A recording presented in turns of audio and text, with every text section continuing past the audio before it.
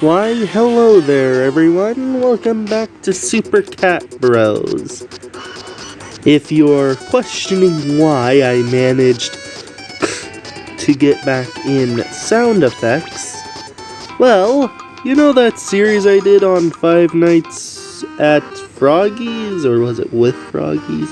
I'm not really certain, but I decided to use a technique that I used in some of those videos. Basically, I record the gameplay first, no headphones on, then I record my voice in the app. Basically, a genius plan. And also, I can just state this. Basically, after I suddenly remembered, it was all simple.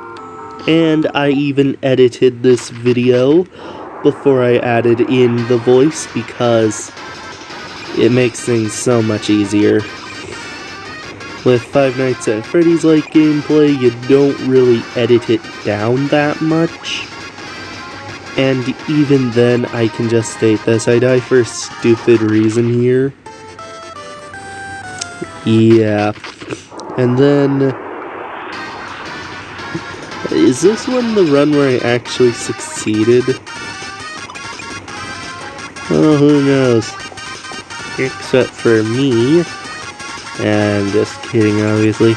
And there will be a jump cut, and you will question the audio quality. I can just state this. I never said I recorded the gameplay with a good volume. And also, I have a question for all of you fans of this game, if you're watching. Basically, is this effect lasting until the end of the level or for a short period of time? Because it seemed to have lasted longer than in Super Cat Tales 2. Yeah, the sequel to Super Cat Bros is Super Cat Tales 2. Go figure. Really? And also, I do have to state this. I am wondering how you would even try to think of a bell being there. Oh, and also I can just state this.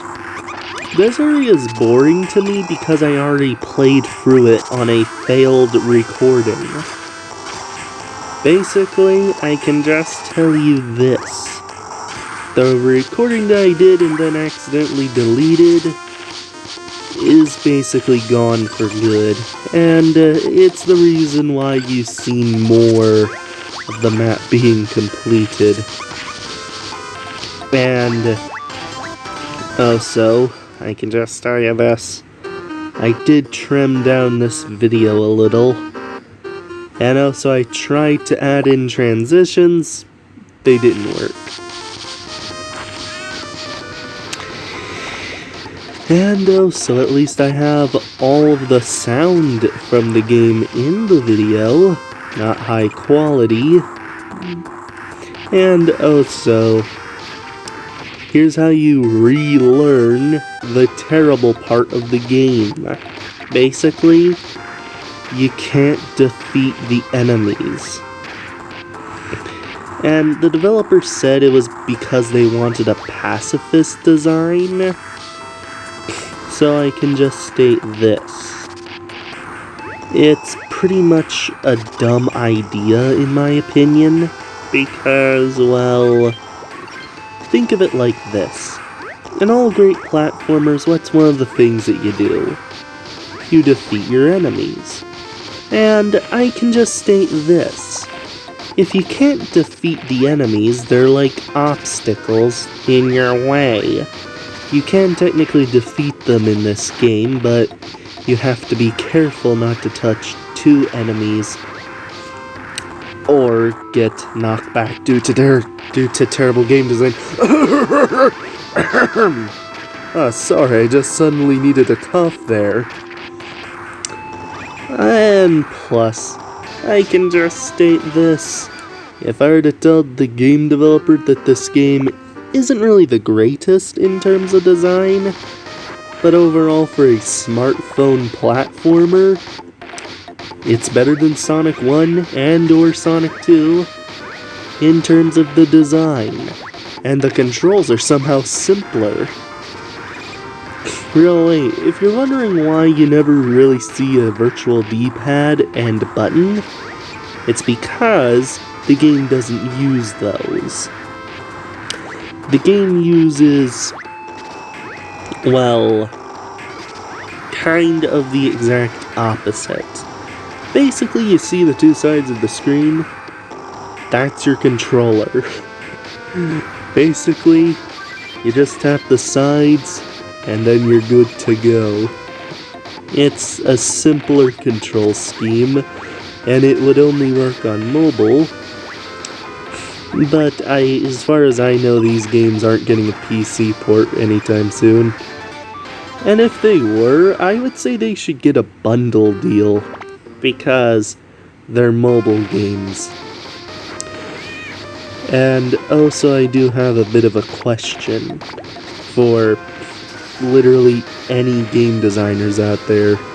Would you call that swimming mechanic a excellent, masterful class of design eloquency or something like that? Because I can just state it's annoying and flat out a pain to use. Because often I find that it brings me too far. I would say that a virtual D-pad would have fixed some of the problems and brought up the traditional mobile game platformer problems. And those problems are literally... something here I thought I could just literally get detached from the wall. And plus, if you know of any glitches that just happen at random that I encountered without knowing, then I would want to see the game developer on that one. And plus, I can just tell you this. This game has about... who knows how much content. Oh, here's where you get the mining cat. Or as I like to say, 500 coins or I'm not coming, kitten. Basically, it's where I would say this level is okayly designed. Oh, and also you find the cat surrounded by gold, basically, up there. And I'm not really surprised from the last game. And also, I'm wondering what the story of this game even is, because I just don't know what the story is. And also, I can state this, the game can get pretty annoying from time to time with all the unique gimmicks that don't serve practical purposes. And I can state that the fact that they designed their game around the simple control scheme is more than enough to just state that they're far and away better than a lot of game designers.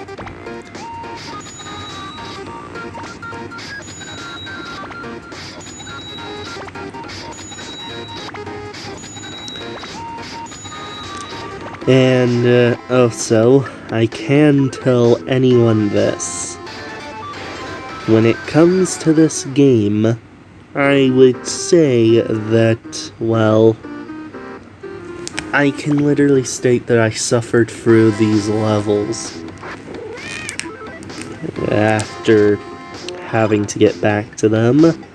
And I can state this, I really hate the bell requirements. They're annoying. I hate them. Really? Oh, so I do have one question. If any of you have played this game, it's on Google Play and apparently this place called the App Store. It's where the developer keeps on calling it Super Cat Tales, even though when I saw it, it was called Super Cat Bros, which is why I named the videos that. And also, I have a bit of a question for the developer. Why is it that the Google Play Store version is called Super Cat Bros? I just don't know. And I would like to know what the reasoning is.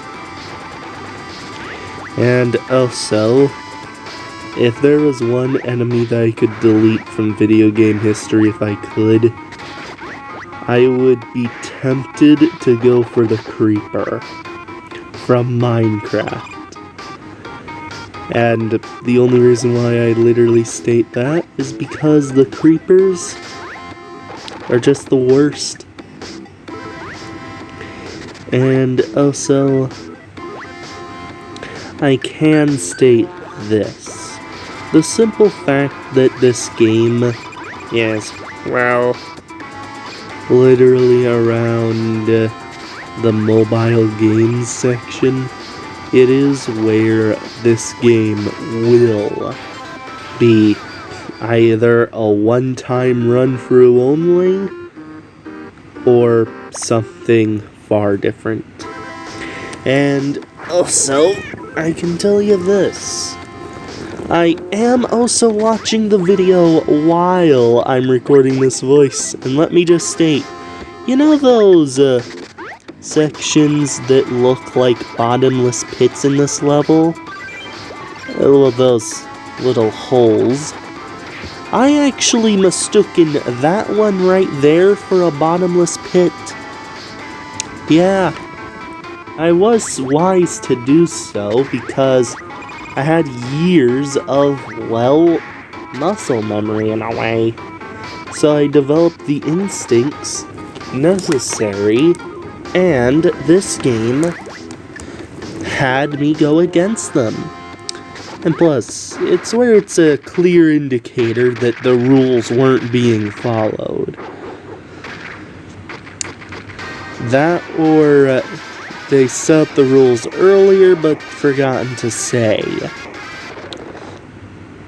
And plus, in every 2D platformer, the most common obstacle is a bottomless pit. So why would you not just make the bottomless pit be an obstacle? Why would you make a pit be something mandatory to go down without allowing you to see, well, lower? It's where, in my game, the camera is a lot more restricted. So I can just state this. It's where it's literally something. But on to this. The fact that I needed 30 bales is at least not too bad here as it is in Super Cat Tales 2. Super Cat Tales 2 is a lot worse with the bale collecting. Really, trust me on that one. The bells in Super Cat Tales 2 will give you a headache like no other. And also, I can just tell anyone this. The fact that Brutus is the only one who can flat out break bricks makes it where the game becomes worse off for it, I would say. And also, I can just tell you this. When it comes to it, ice levels and platformers are notorious for one thing: ice physics.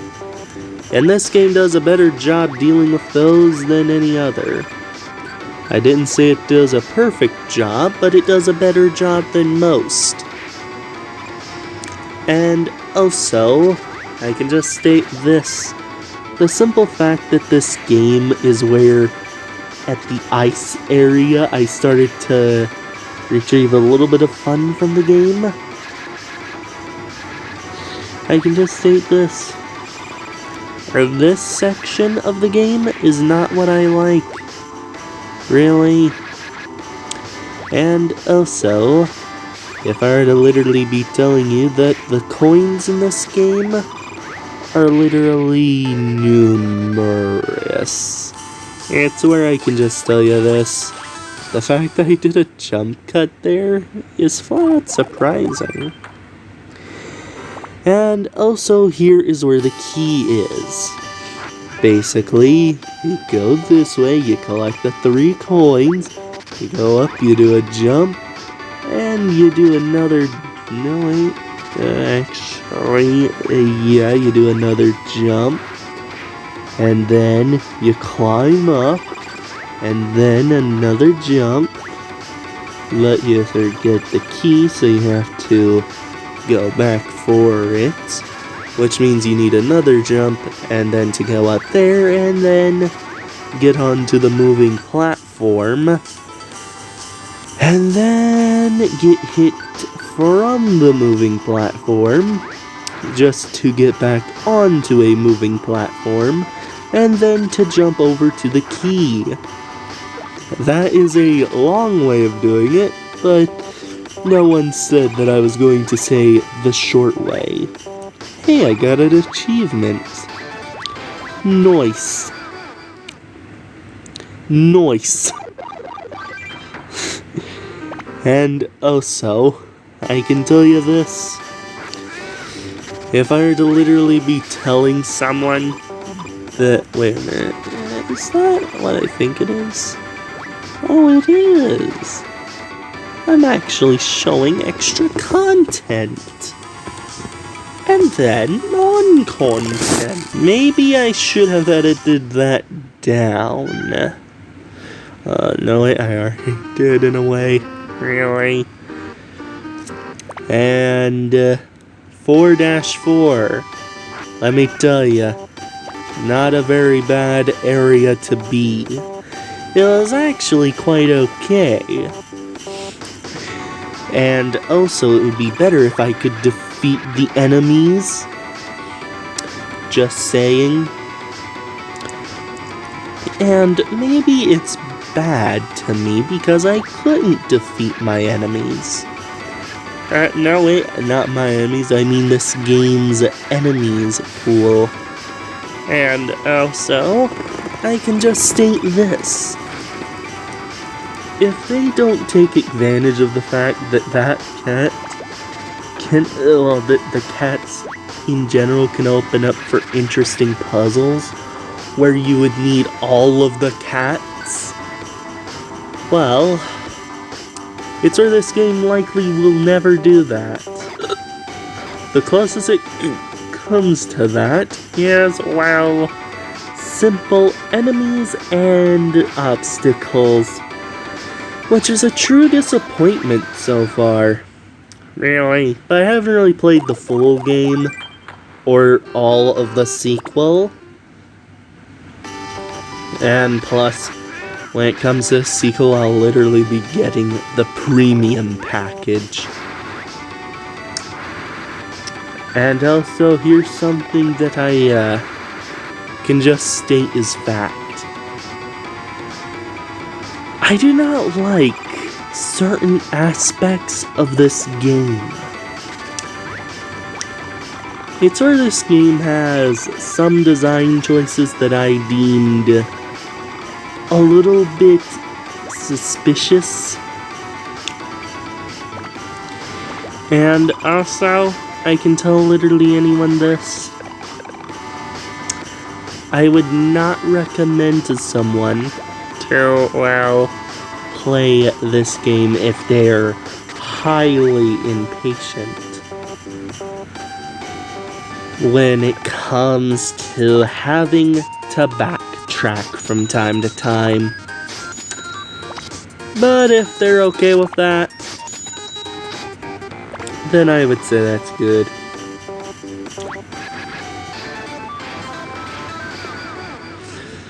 Well, anyways, this is where I'll be ending for now. And stuff, so bye-bye.